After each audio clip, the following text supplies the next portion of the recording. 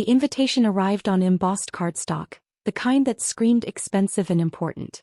Gold lettering announced my father's retirement celebration after 35 years as a senior partner at Morrison Walsh, one of Philadelphia's most prestigious law firms. I was reading the details when I noticed the asterisk at the bottom. Below, in smaller print, "This is a professional celebration for distinguished guests. Please refrain from bringing unemployed or casually employed relatives. We want to maintain an atmosphere of achievement." I stared at those words for a full minute. My phone buzzed. A text from my sister Victoria. "Got the invitation? The unemployment comment is about you, obviously. Dad doesn't want you embarrassing him in front of his law firm partners. Just stay home." Seriously. Another text. "Half these people are judges and corporate attorneys. They don't need to meet Dad's 28-year-old unemployed son who does consulting nothing. Please just don't come." I set the invitation on my desk and returned to the spreadsheet on my screen.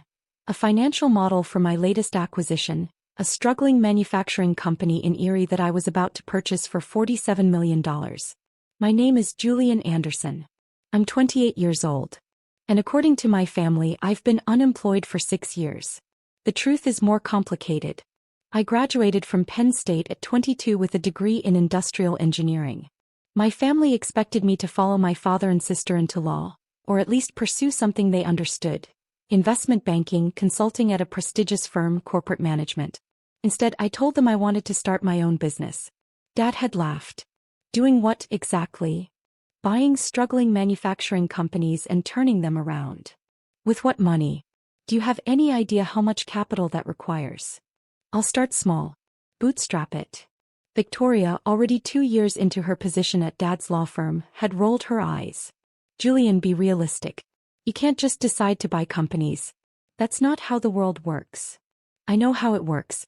I've been studying." "Studying," Dad interrupted. "Everyone studies. Execution is what matters. And you have no experience, no capital, no network. This is a fantasy." But I'd done it anyway. I started with $50,000 saved from internships and a college fund my grandmother left me. I found a tiny machine shop in Reading. 12 employees, outdated equipment, on the verge of bankruptcy. The owner was desperate. I bought it for $35,000, spent the rest modernizing their most critical equipment, and personally worked the floor for 6 months learning every aspect of the operation. Within a year, I'd tripled their revenue by identifying inefficiencies the previous owner had missed for decades. I sold that company 18 months later for $280,000. I never told my family. They knew I'd started something with a manufacturing company, but when I didn't show up to family dinners in a suit, when I had grease under my fingernails, when I talked about machine tolerances and production efficiency instead of quarterly earnings, they assumed I'd failed.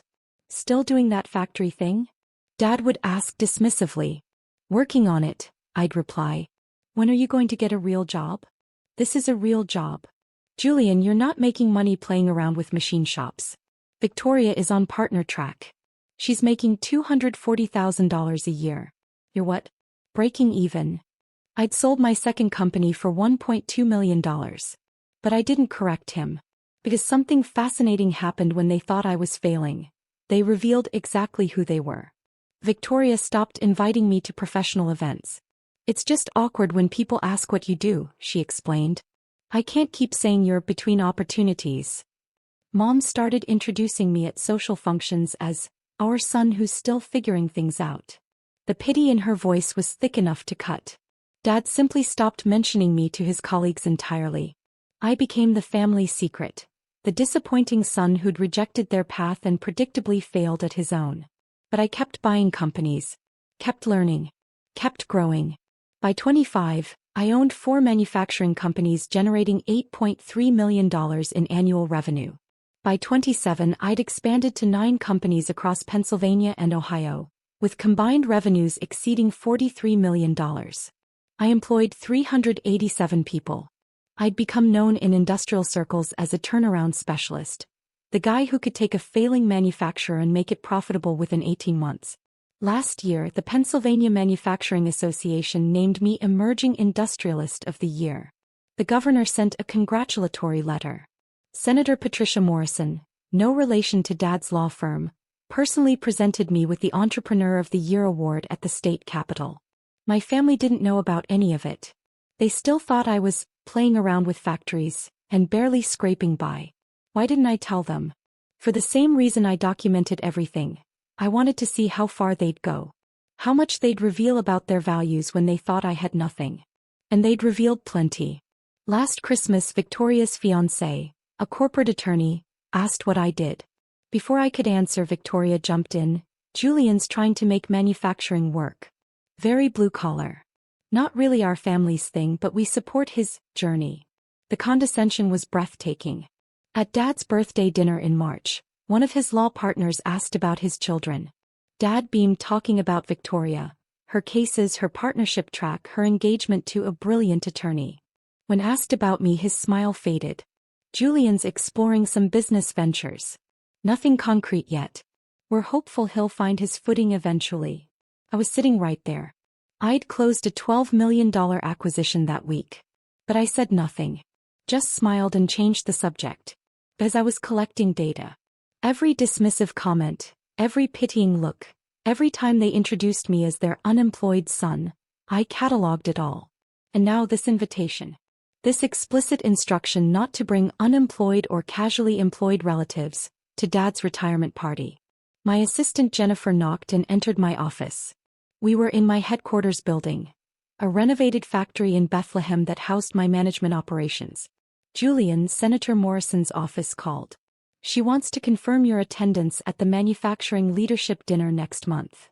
Tell them yes. I'll be there. Also, the Erie deal final contracts are ready for review. Legal says we can close by next Friday. Perfect. I paused. Jennifer, do you remember that invitation to my father's retirement party? The one with the charming note about unemployed relatives? Hard to forget. What if I attended? She raised an eyebrow. After they explicitly uninvited you? They didn't uninvite me. They just strongly suggested I not embarrass them with my unemployment. But you're not unemployed. You employ nearly 400 people. They don't know that. Understanding dawned on her face. Oh no. Julian, what are you planning? I'm planning to attend my father's retirement party. Just attend? That's all. Well, I might bring a guest. Who? I haven't decided yet. Maybe someone distinguished. Someone who understands achievement. She studied me carefully. You're going to let them discover the truth in front of everyone, aren't you? I'm not going to do anything. I'm simply going to exist. If the truth emerges, that's not my responsibility. You've been waiting 6 years for this. I've been waiting 6 years to see who they'd be when they thought I had nothing. Now I know. What happens next is just natural consequences. Jennifer smiled slowly. You know, Senator Morrison asks about you constantly. She thinks you're the future of Pennsylvania manufacturing. Does she? She told me last week that you're exactly the kind of entrepreneur this state needs. Young, innovative, committed to American manufacturing. She said you're a model for economic revitalization. That's very kind of her. Julian, what if you asked the senator to attend your father's retirement party as your guest? I looked at her. Why would I do that? Because your father's invitation specified distinguished guests only. And Senator Patricia Morrison is literally the most distinguished guest possible. She's on the State Economic Development Committee. She's being mentioned for governor. She just gave you Entrepreneur of the Year. It would be awkward. My family doesn't know about the award. Exactly. Jennifer's smile was wicked. Imagine introducing the senator as your guest. Imagine her talking about what you've accomplished. Imagine your father realizing that his unemployed son is actually being courted by state leadership.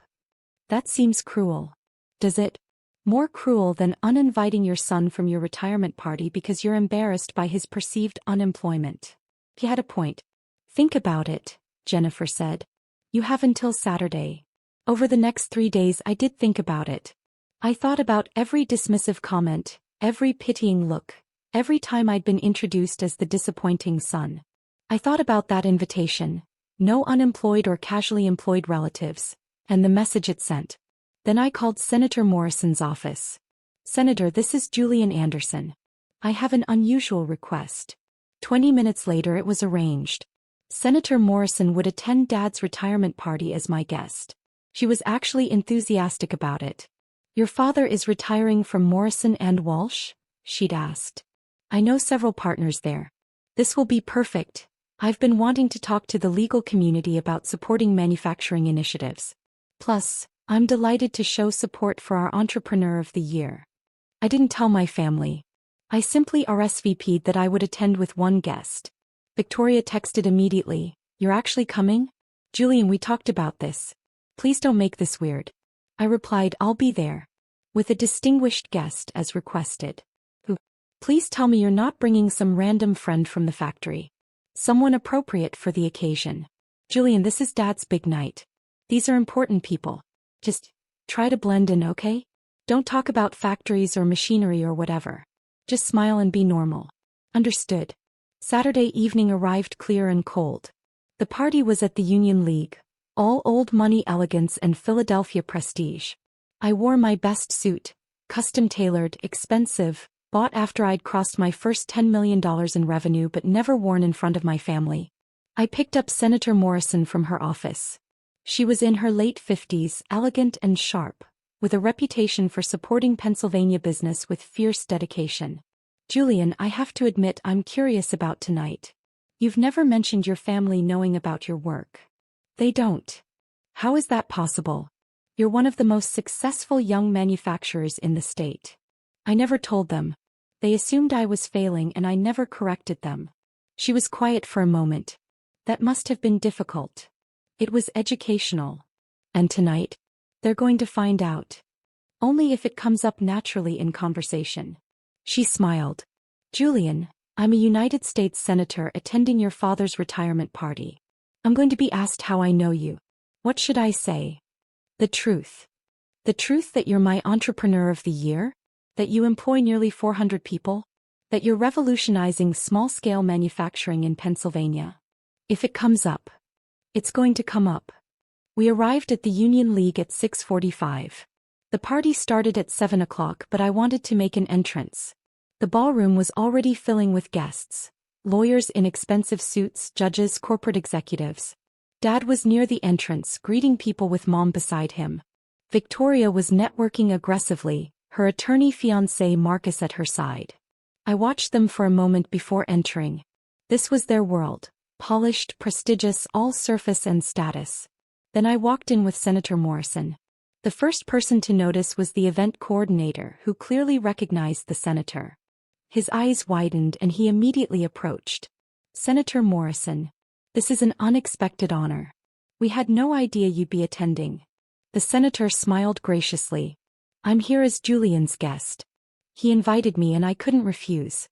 Julian is one of Pennsylvania's most promising young leaders." The coordinator looked at me blankly. Julian Anderson. The guest of honor's son." Recognition and confusion fought on his face. "Mr. Anderson's son? I didn't realize you knew each other." "Julian received my Entrepreneur of the Year award last month," the senator said warmly. "We've worked together on several manufacturing initiatives. He's doing remarkable work." The coordinator's confusion deepened, but he led us into the ballroom. Heads turned as we entered.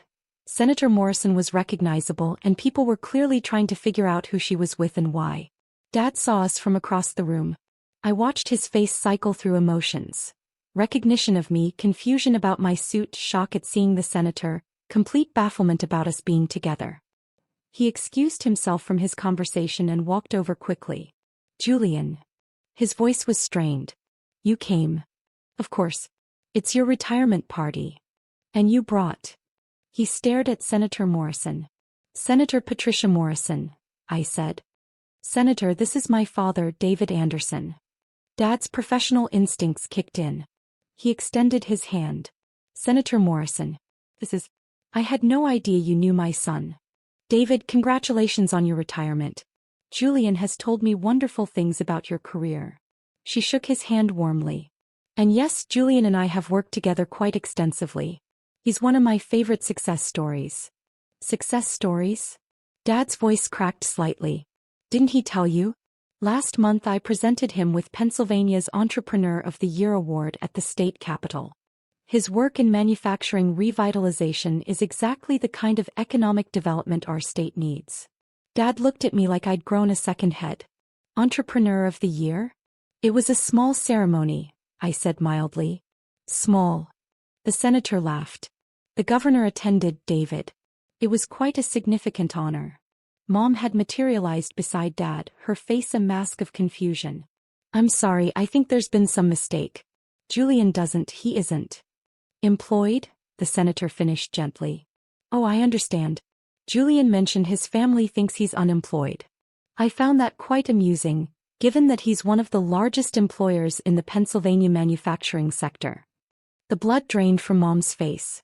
Victoria appeared, Marcus in tow. She took one look at the senator and her eyes went wide.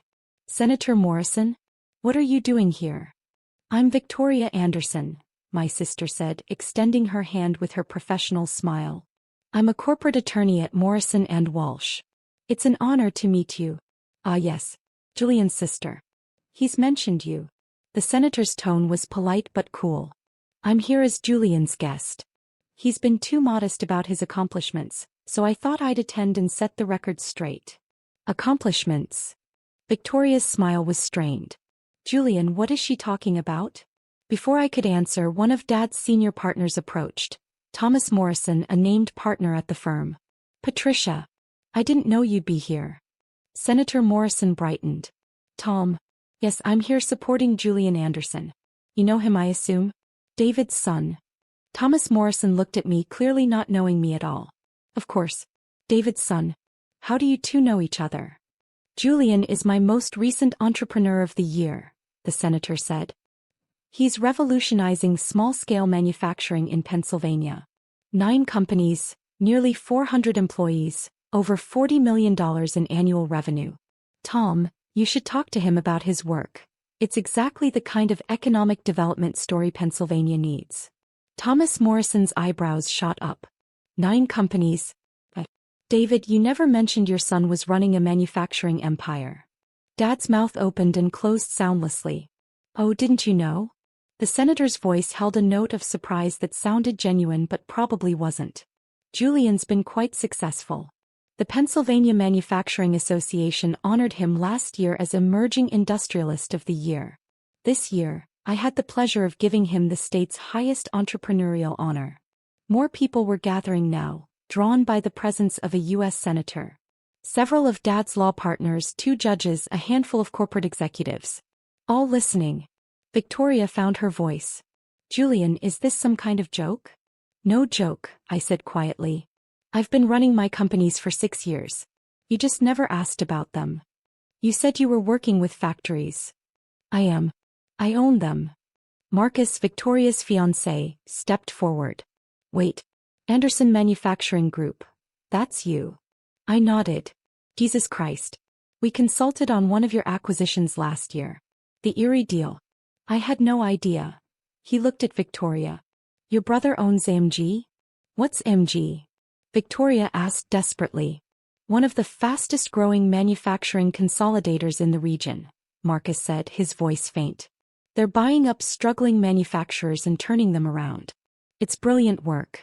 The legal community has been watching them for 2 years. The senator nodded approvingly. Julian has a particular genius for identifying value others miss. He sees potential in companies that others have written off. Very similar to how some families write off their own children, actually. The dig was subtle but unmistakable. Several people shifted uncomfortably. Dad finally found his voice. Julian, why didn't you tell us? I tried to, Dad.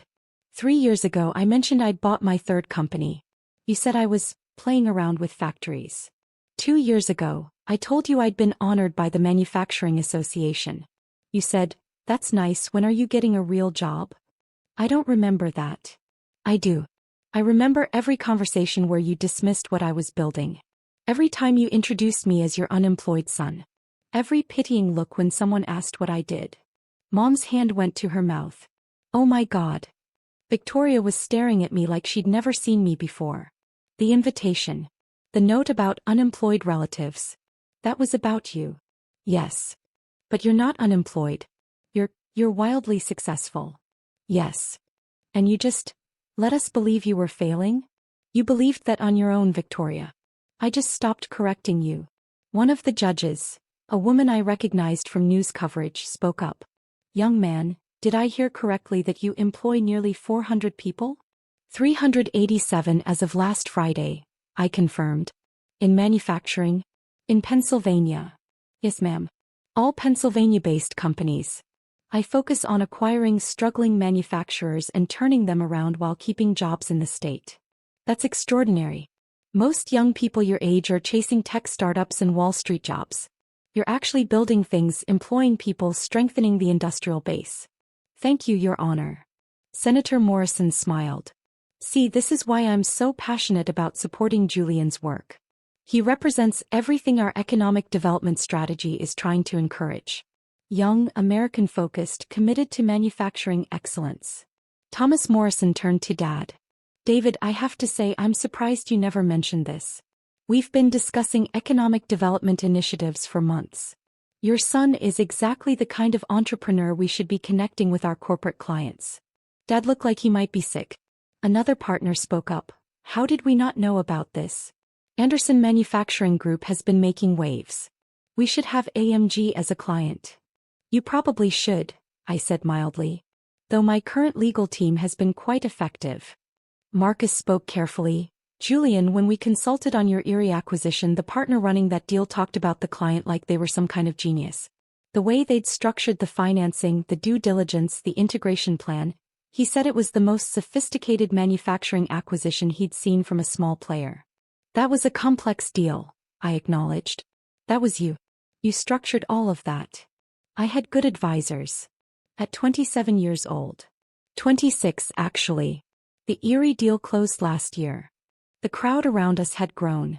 Everyone wanted to hear about the mysterious successful son who'd been hiding in plain sight.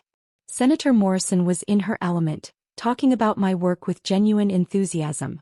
What impresses me most about Julian is his commitment to the communities where he operates. He doesn't just buy companies and strip them for parts. He invests in them. Modernizes equipment. Trains workers. Last year, his company spent $2.3 million on workforce development programs. A corporate executive I didn't recognize asked, "What's your exit strategy? Are you building to sell to a larger consolidator?" No. I'm building to last. Manufacturing matters. These companies employ real people in real communities. I'm not interested in flipping them for profit. I'm interested in proving that American manufacturing can be competitive, profitable, and sustainable. That's refreshing, the executive said. Most young entrepreneurs are just looking for a quick acquisition. I'm not most young entrepreneurs. Victoria finally pulled me aside, away from the growing crowd. Her face was pale. Julian, I don't understand. How is any of this possible? You're 28 years old. How do you own 9 companies? I started at 22. I've been building for 6 years. With what money? I started with $50,000 from Grandma's college fund. I bought my first company for $35,000. Sold it 18 months later for $280,000. Reinvested everything. Bought the next company. Then the next. Each sale funded the next acquisition. After the third exit, I had enough capital to start keeping companies instead of just flipping them. But we never knew. We never saw any money, any success, any. You never asked to see it, Victoria. You just assumed I was failing. Because you looked like you were failing. You wore jeans to family dinners. You had grease under your fingernails. You talked about machines and factories. Instead of quarterly reports and billable hours? She flinched. That's not fair. Isn't it? You measured success by your standards. Suits and corporate jobs in prestigious firms. When I didn't fit that model, you assumed I was unsuccessful. You never considered that I might be building something real. Marcus approached carefully. Julian, I owe you an apology. Victoria told me you were struggling and I accepted it. I should have asked more questions. Why would you? You trusted what my family told you. They were wrong. Yes, they were. Dad appeared, looking shaken. Julian, can we talk? Privately. We can talk here. Please. I need to understand. What's to understand, Dad? He thought I was unemployed. You were embarrassed enough to put it in the invitation to your own retirement party. No unemployed or casually employed relatives. That was about me. I didn't write that. The event coordinator. You approved it. You read that invitation and thought, yes, that's appropriate. Better keep Julian away from my important colleagues. His face crumpled. I thought I was protecting you. I thought if you came, people would ask what you did and you'd be humiliated by having to explain. Explain what? That I own 9 manufacturing companies? That I employ nearly 400 people? That a United States senator thinks I'm the future of Pennsylvania manufacturing? Yes, Dad, that would have been humiliating. Mom had tears running down her face. Julian, we didn't know. How could we know? You could have asked. Any time in the last 6 years, you could have asked one real question about my work. You could have visited one of my facilities. You could have shown interest instead of dismissal. But you didn't because you'd already decided I was a disappointment. Victoria's voice was small. We're so sorry. Are you sorry for dismissing me? Or sorry that you were wrong about me? She had no answer. The party continued around us, but our small family drama had become the center of attention. Senator Morrison was holding court near the bar, talking about manufacturing policy with several of Dad's partners. Periodically she'd gesture toward me and I'd catch phrases like remarkable young man, and exactly the kind of leadership we need. Thomas Morrison approached our family circle. David, I hope you don't mind, but I've been talking with the senator about Julian's work. We'd very much like to have Anderson Manufacturing Group as a client. Would you be open to a meeting next week, Julian? Before I could answer, Dad spoke. Julian already has legal representation. I'm aware. But given the family connection, I thought. No, I said firmly. My current legal team has served me well. I see no reason to change. But we're one of the premier corporate firms in the state. Your father's firm. Yes, my father's firm. The firm where my father never mentioned me because he was embarrassed by my unemployment. I think I'll stick with the lawyers who valued my work before they knew my last name. Thomas looked uncomfortable. Of course. I understand. After he left, Dad turned to me with desperate eyes. Julian, please. We made a mistake. Let us make it right. How? By giving me what I never needed. Your approval now that I've proven successful by your standards? Dad, I didn't build my companies for you. I built them because I love this work. Because I believe in American manufacturing. Because I wanted to prove that you could succeed without following the traditional path. And you did prove that. You proved it spectacularly. But you never saw it. You were so convinced your path was the only path that you couldn't see success when it was right in front of you. Victoria spoke quietly. What do you want from us, Julian? Tell us how to fix this. I looked at my sister. Brilliant, accomplished, and so certain that her version of success was the only version that mattered. I want you to understand that you didn't fail to notice my success. You actively dismissed it. Every time I tried to share something about my work, you changed the subject or made a joke or pitted me. You didn't just overlook my achievements. You invalidated them because they didn't match your expectations. We'll do better, Mom said desperately. We'll learn about your companies, we'll visit your facilities, will you? Or will you just feel embarrassed that your unemployed son turned out to be successful, and now you have to recalibrate your narrative? The question hung in the air. Senator Morrison appeared at my elbow. Julian, I hate to interrupt, but Judge Chin would like to meet you. She's very interested in your workforce development programs. Of course, Senator. I turned to my family. Excuse me.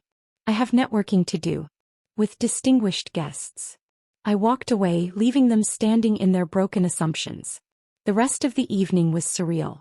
I spent 2 hours talking with judges, attorneys, and executives, all of whom were fascinated by my work and impressed by my success. Several offered opportunities, partnerships, investments, advisory roles. My family watched from a distance, clearly unsure how to approach me. Around 9 p.m., Dad's retirement toast began.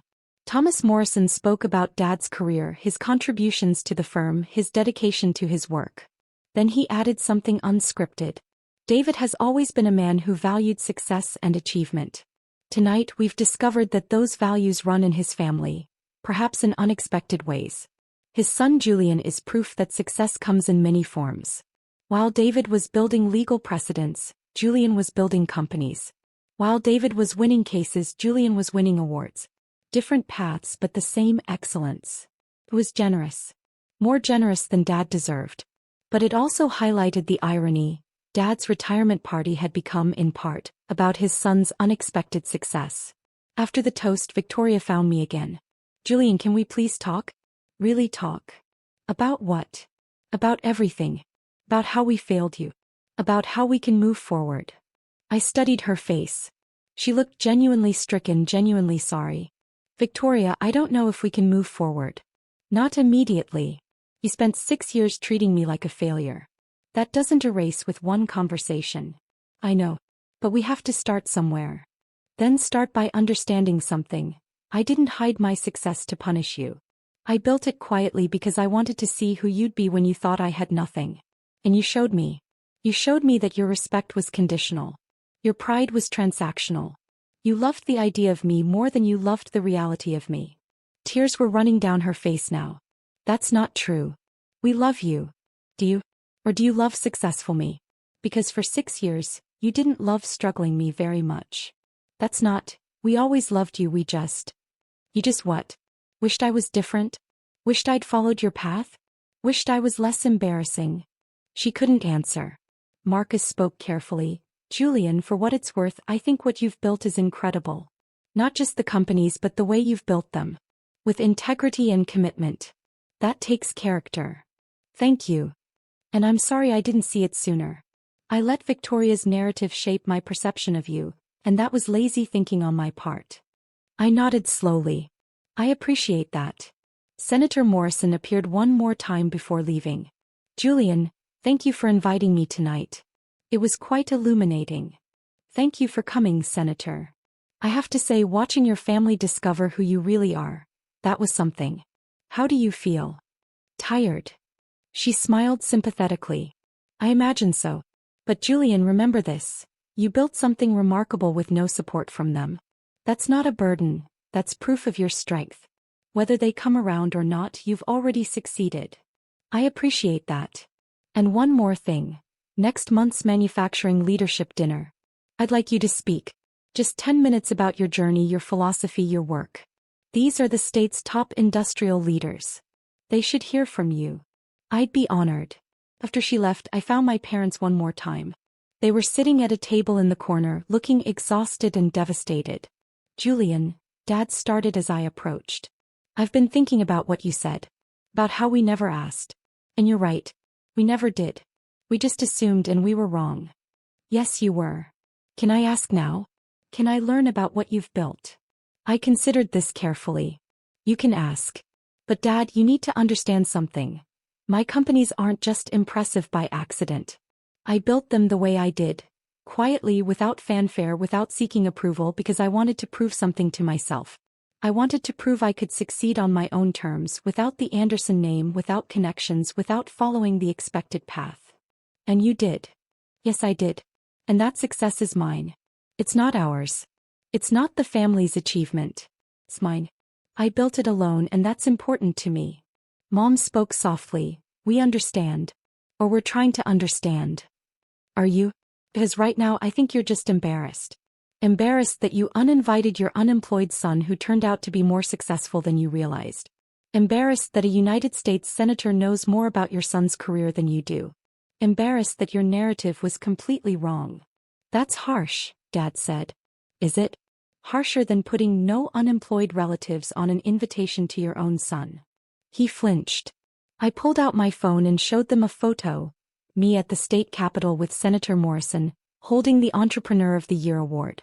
The governor was in the background, applauding. This happened 5 weeks ago, I said. You never asked why I went to Harrisburg. You never asked why I was wearing a suit that day. You never wondered if something important was happening in my life. Mom stared at the photo, fresh tears falling. You won Entrepreneur of the Year and we didn't even know. Because you didn't ask. Because you weren't interested in anything that didn't fit your narrative of Julian the disappointment. What do we do now? Dad asked helplessly. You sit with this. You think about what it means that you valued perception over reality. You think about what it means that you were embarrassed by your son based on assumptions rather than facts. And you decide if you want to change. We do want to change, Mom said desperately. Then prove it.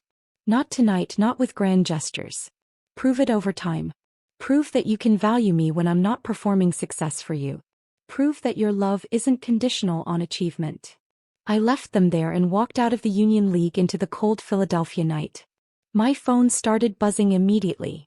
Texts from colleagues who'd heard about the party, emails from business contacts, even a message from Senator Morrison's chief of staff about scheduling the speaking engagement. But nothing from my family for 3 hours. Then finally a text from Victoria. I've been reading about your companies. All the articles, the awards, the coverage. Julian, what you've built is extraordinary. And I'm so sorry I never saw it. I didn't reply. Another text, I know you're angry. You have every right to be. But please don't give up on us completely. We want to learn. We want to do better.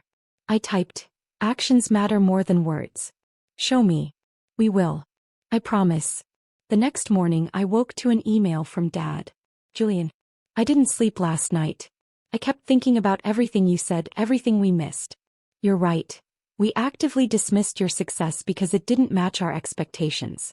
We measured you by our standards instead of recognizing that you were building something remarkable on your own terms. I can't change the past 6 years. I can't undo the invitation that hurt you. I can't erase all the dismissive comments and pitying looks. But I can change going forward. I can learn about your work. I can try to understand what you've built.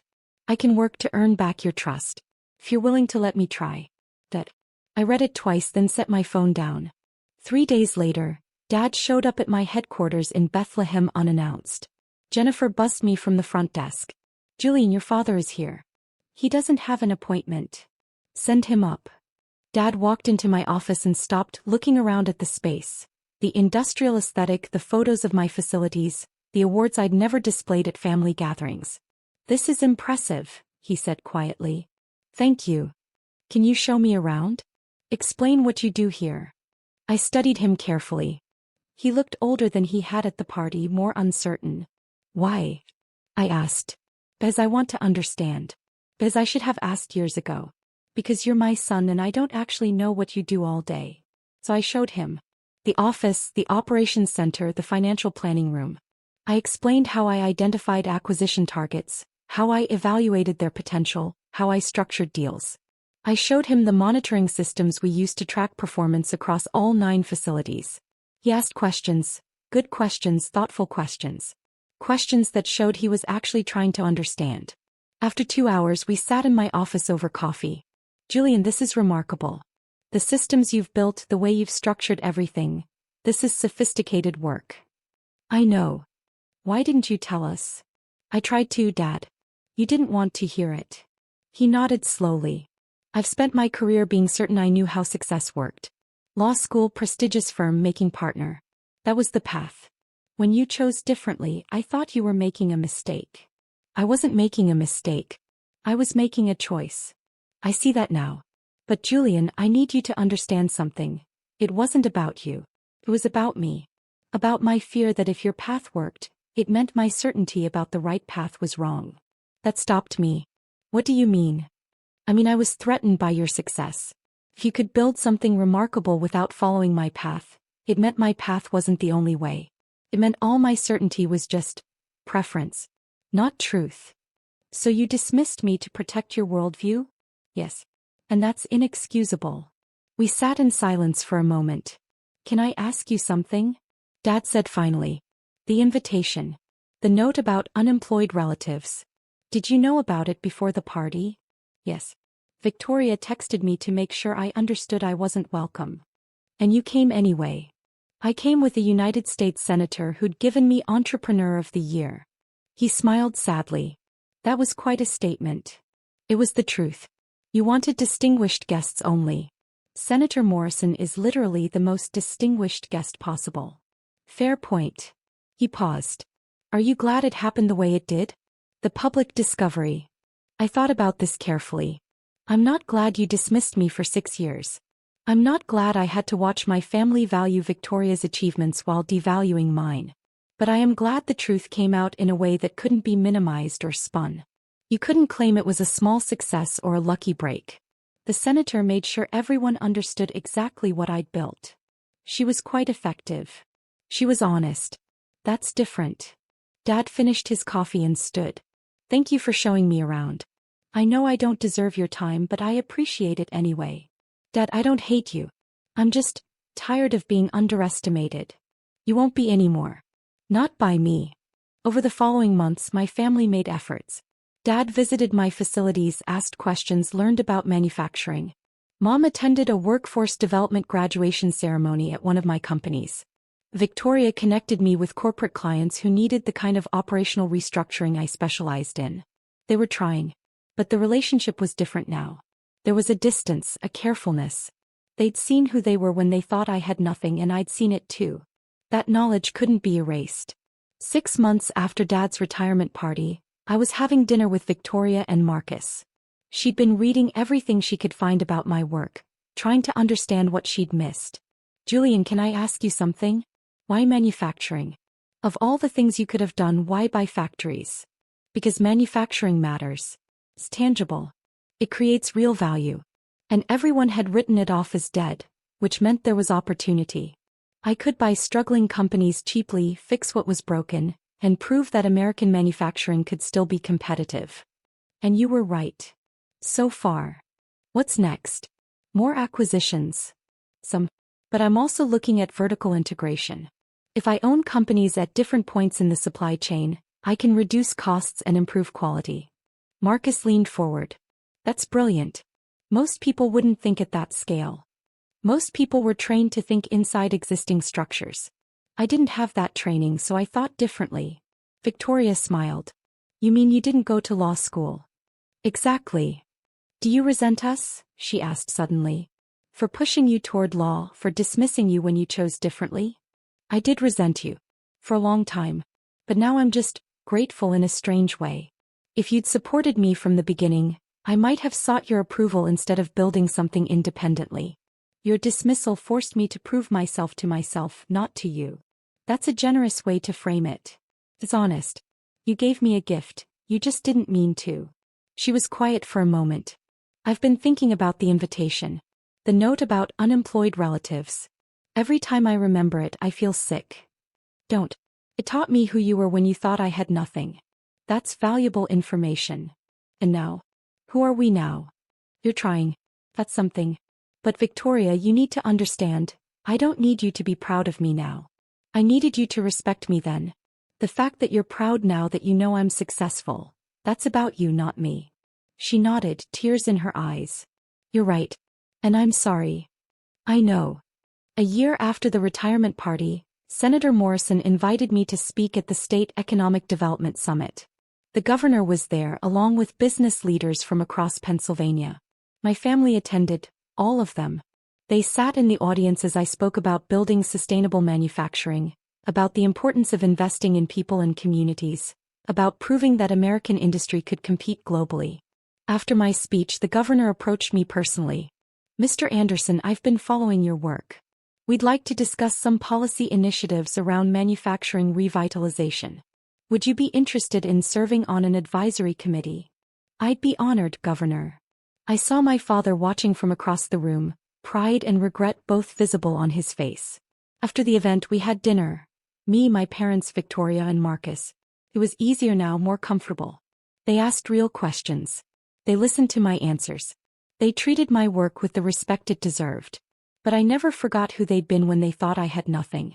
That night, as I drove home alone, I thought about the journey. 6 years of being dismissed. 6 years of building in silence. 6 years of watching my family reveal who they really were. And then one night, one retirement party, when everything changed. People asked if I'd planned it. If I'd orchestrated the public revelation. The truth was simpler. I'd just lived my life. Built my companies. Won my awards. The retirement party was going to happen regardless. The invitation excluding unemployed relatives was going to be sent regardless. Senator Morrison and I were already connected through my work. The collision was inevitable. I hadn't engineered their embarrassment. I'd simply stopped protecting them from reality. And reality, as I'd learned in 6 years of manufacturing, has a way of making itself known. Sometimes quietly through steady work and accumulated success.